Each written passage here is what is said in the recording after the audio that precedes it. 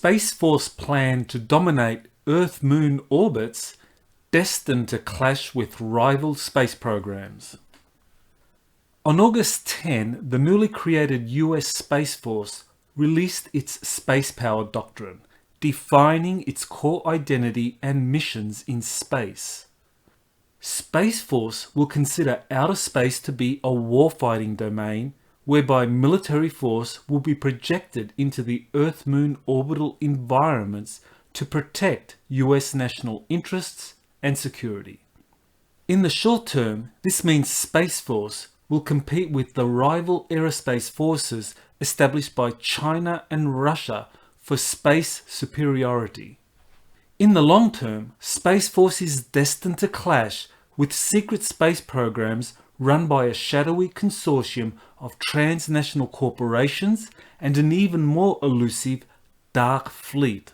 The latter is claimed by multiple insiders to belong to a German breakaway colony that transferred from Antarctica to Mars, taking with it millions of people recruited by false inducements or forced into a life of slave labor.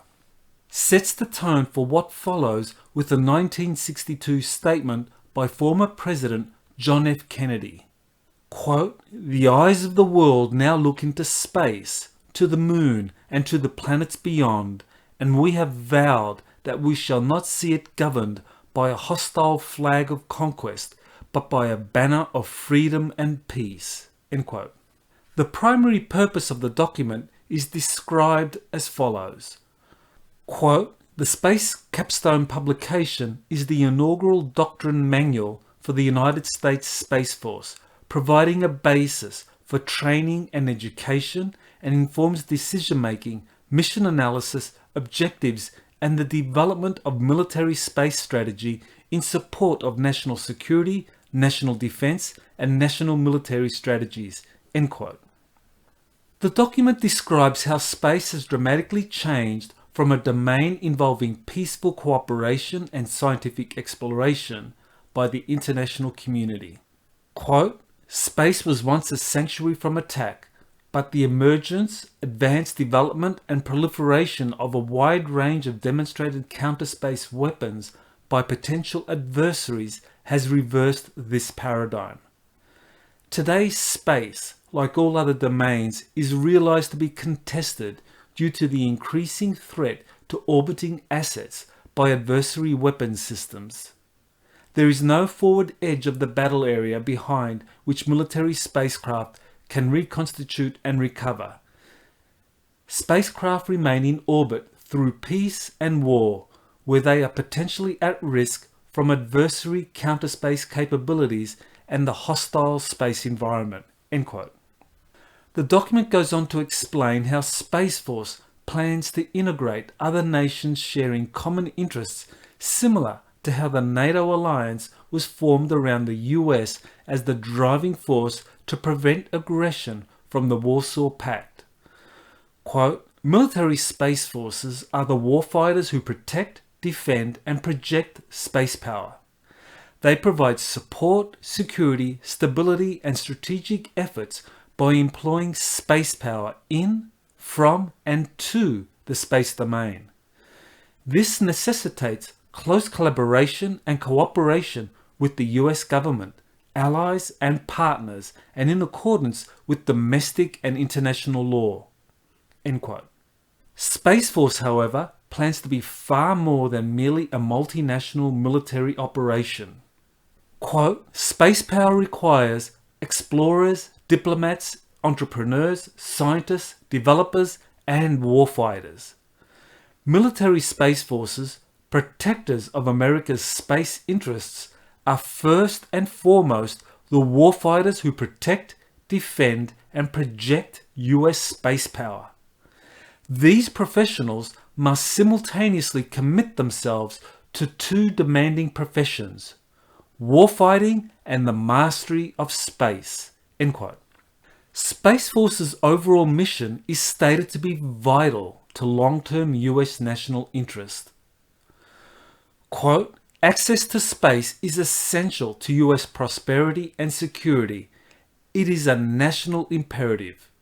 The many benefits our nation derives from space include mass communications, financial and economic information networks, public safety, weather monitoring, and military technology. Like any source of national power, the United States must cultivate, develop, and protect these benefits in order to secure continued prosperity." End quote. Space is considered to be the future of economic growth and entrepreneurial activity, which is high among Space Force's core goals. Quote, "Today, the entirety of economic and military space activities is confined to the geocentric regime. However, commercial investments and new technologies have the potential to expand the reach of vital national space interests to the cislunar regime and beyond in the near future. As technology marches forward, US military space power must harmonize with the other instruments of power to protect, defend, and maintain the nation's strategic interests in space." End quote. As far as future military conflict in space is concerned and the role of international law, this is what Space Force's capstone document has to say. Quote, "Military space power is inextricably linked to war. Military space forces must operate in this new warfighting domain to contribute to winning our nation's wars. Thus, war's enduring nature and modern character shape and define military space power. In keeping with international law, the United States acknowledges that the use of space is for peaceful purposes, while preparing for the reality that space must be defended from those who will seek to undermine our goals in space." End quote.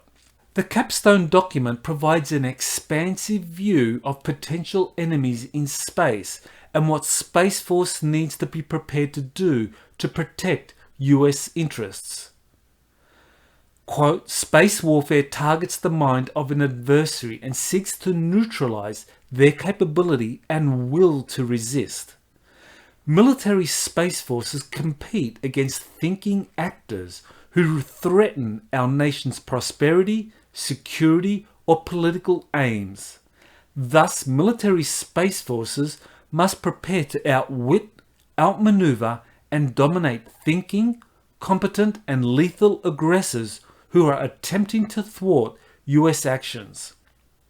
Military space power cannot unilaterally win wars, but like land power, sea power, air power, and cyber power, its success, absence, or failure could prove catastrophically decisive in war. Because military space power has the potential to be the difference between victory and defeat, it must be viewed with equal importance as military power in any other domain. This observation is the strategic imperative for creating the United States Space Force as an independent military service capable of maximizing military space power as a distinct and vital formulation of military power." End quote. Evaluating the full significance of the capstone document requires appreciating both the near and long-term challenges that Space Force has to face. In the short term, Space Force has to deal with the aerospace forces of both China and Russia, which have been modernizing rapidly with the growth in their respective economies.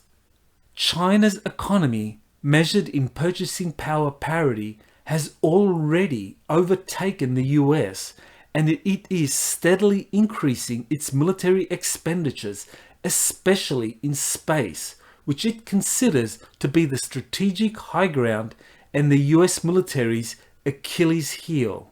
The possibility of China launching a space Pearl Harbor is something that weighs heavily on the minds of US military strategists, as I discuss at length in Rise of the Red Dragon, published in 2020. Space Force's immediate goal will be to protect the US satellite grid from a surprise Chinese attack, which would otherwise incapacitate the US military all over the planet. However, it is the long-term challenges to Space Force that are the most intriguing and require considering a much wider scope of covert activities that have been occurring in space that date back to the World War II era. It is crucial to keep in mind that Space Force will be covertly absorbing a secret space program, SSP, established by the US Air Force. The US Air Force SSP, which I described at length in the US Air Force Secret Space Program and Shifting Extraterrestrial Alliances, published in 2019, has covertly deployed squadrons of spacecraft using advanced anti-gravity propulsion, new energy technologies, and electromagnetic weapon systems. These craft were reverse engineered from captured German and extraterrestrial spacecraft acquired after the end of World War II. Major US aerospace corporations collaborated with a transnational corporate consortium to secretly build these advanced craft for the US Air Force. The most advanced craft, however, were built for other customers, including a corporate-run SSP called the Interplanetary Corporate Conglomerate. For much of its history, the US Air Force Secret Space Program operated covertly, performed ad hoc missions, had dubious legal standing, was funded by a CIA-controlled black budget, and worked closely with the Deep State, a transnational corporate space program and breakaway German colony in Antarctica. All that changed in 2017 when the US Air Force learned about a far more powerful and better equipped US Navy SSP deploying battle groups led by kilometer-long space carriers. Leaders of the US Air Force Secret Space Program realized that they had been deceived by the Deep State and their corporate German allies who had not provided the most advanced technologies to them as promised. See my 2019 US Air Force Secret Space Program book for more details on why the US Air Force Secret Space Program shifted its allegiance. The emergence of Space Force will eventually end the chaotic and ad hoc operations of the US Air Force SSP and transfer all of the latter's space assets into the control of a highly disciplined, transparent, and lawfully established military space service working for US national interests. The ramifications of the Space Capstone publication are therefore vitally important when considered in the context of how the assets of the US Air Force SSP were historically used to aid rogue operations contrived and controlled by the Deep State. The long-term challenges faced by Space Force are fivefold. First, it will have to deal with nation-state peers such as China and Russia, which have the capability of launching a space Pearl Harbor. Second, Space Force will need to manage the more technologically advanced space programs of rogue non-state entities, the Interplanetary Corporate Conglomerate and the Dark Fleet, which possess fleets of more advanced and powerful spacecraft. Third, Space Force is destined to eventually merge with the US Navy Secret Space Program, whereby it becomes fully capable of handling threats posed by national rivals, rogue space entities, and aggressive extraterrestrial civilizations. Fourth, Space Force will eventually have to confront an illicit galactic slave trade where millions of humans are taken off-planet each year and traded into a life of slavery. Will history repeat itself, whereby Space Force emerges as a modern-day Royal Navy whose 19th century West Africa squadron intercepted slave ships on the high seas, but now ends the slave trade in deep space? Finally, how much and when will Space Force leaders disclose to the American and world publics the truth about the dire situation confronting humanity with multiple secret space programs and extraterrestrial civilizations interacting with one another and humanity? Will Space Force be a conduit for full disclosure or limited hangouts that deceive humanity for years to come? This has been Dr. Michael Salla with exopolitics.org. I want to announce 2 webinars that are coming up on August 22nd and 23rd. The first is titled Full Disclosure versus Limited Hangouts: How the Deep State Plans to Hide the Truth About SSPs and ET Life.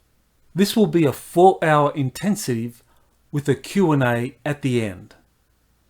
The second webinar is a Q&A on August 23rd, which will be titled Get Your Answers Q&A Debrief. In it, I'll be answering any questions people have on any exopolitics topic. I hope you can join me. Thank you for listening and subscribing to my YouTube channel. Aloha.